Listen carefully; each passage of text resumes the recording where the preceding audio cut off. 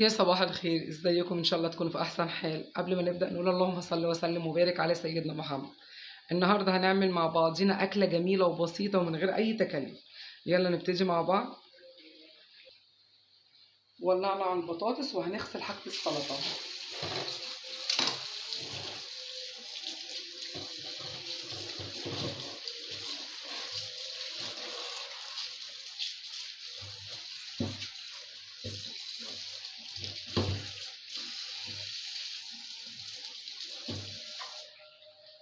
هنقعها شويه وهسيبها.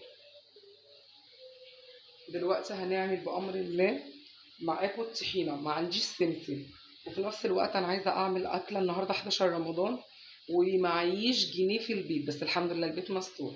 وزهقنا من الفراخ واللحمه، هنعمل حاجه جميله وطعمها حلو.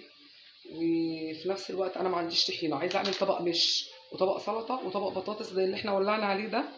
وهعمل طعميه. بصوا انا جبت الطعميه لان الطعميه اللي عملتها معاكم خلصت. جبت دول ب5 جنيه طعميه، هنعمل مع بعض بامر الله.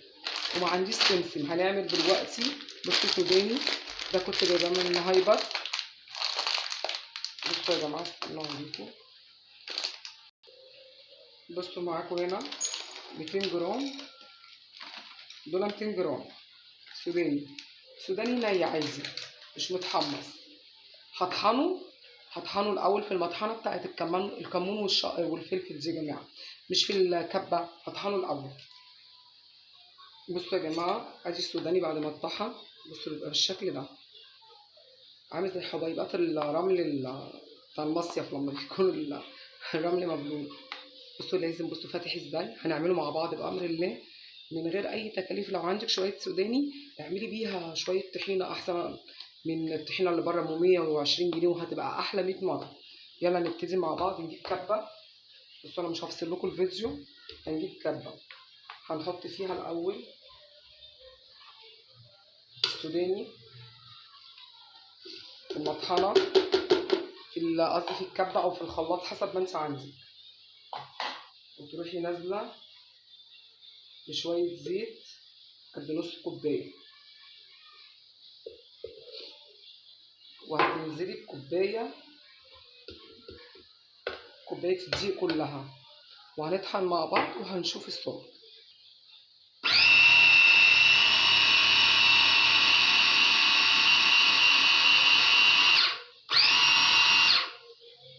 وتقعدي تضربي فيها كتير لحد ما كله الخليط ده يتجانس مع بعض ويعمل لك عرق للطحينه اللي احنا بنشوف.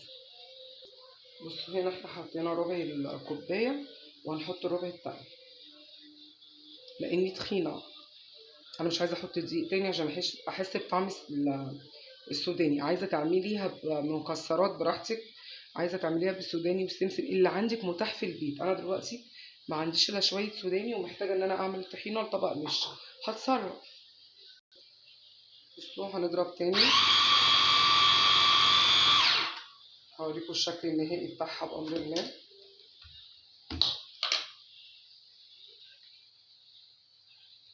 بقت طحينه اهي في اقل من 3 دقايق، ولا نزلنا ولا كلفنا نفسنا. هوريكم السمك بتاعها. عايزه تقليها انا، لا انا كده حلوه قوي بالنسبه لي. هعبيها معاكم. اجيب برطمان. بصوا العلبه دي يا جماعه برضو حلوه قوي، كنت جايباها بتاعت نادي. هنحط فيها. بصوا هنصبها معاكم. بصوا سمكها.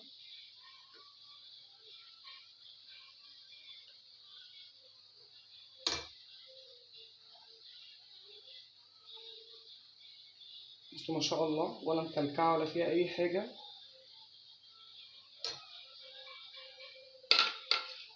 ولا خفيفه. والحبه دولت هيعملوا مثلا يجي نص كيلو.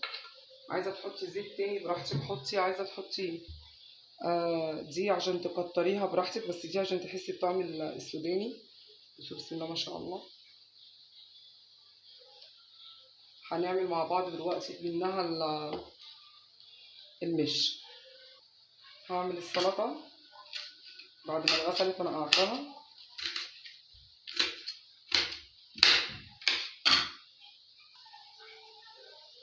قطعنا كل حاجة السلطة صغير. اخدت هنا شوية للمش كوبيتشا وطماطماية بس قطعتهم صغير قوي. وهنا هعبي السلطة.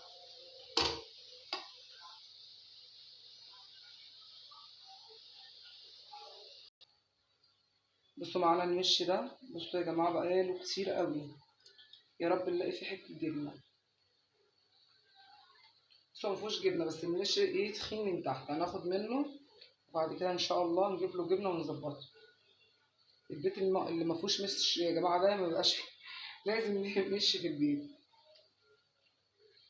بصوا ما شاء الله هي الجبنة اتفتفتت وحلو كده الكبشتين دول بس كفاية. حاطين هنا القوطة والكابوتشا، هنحط بقى طحينة معاكم اللي احنا لسه عاملينها دي. انا بحب الطحينة كتير يا جماعة. نقلب كده ونحط شوية زيت.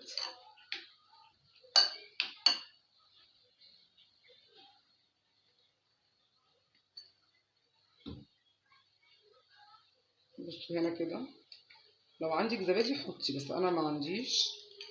بس بصوا كده ما شاء الله قوامها. عملنا طبق مش هنفطر بيه دلوقتي. نحط معلقتين طحينة.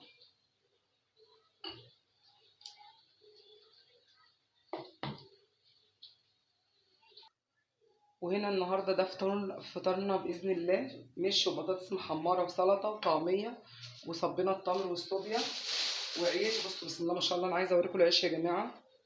بصوا العيش ده ما شاء الله من بطاقه التومين. اول مره نجيب عيش حلو كده.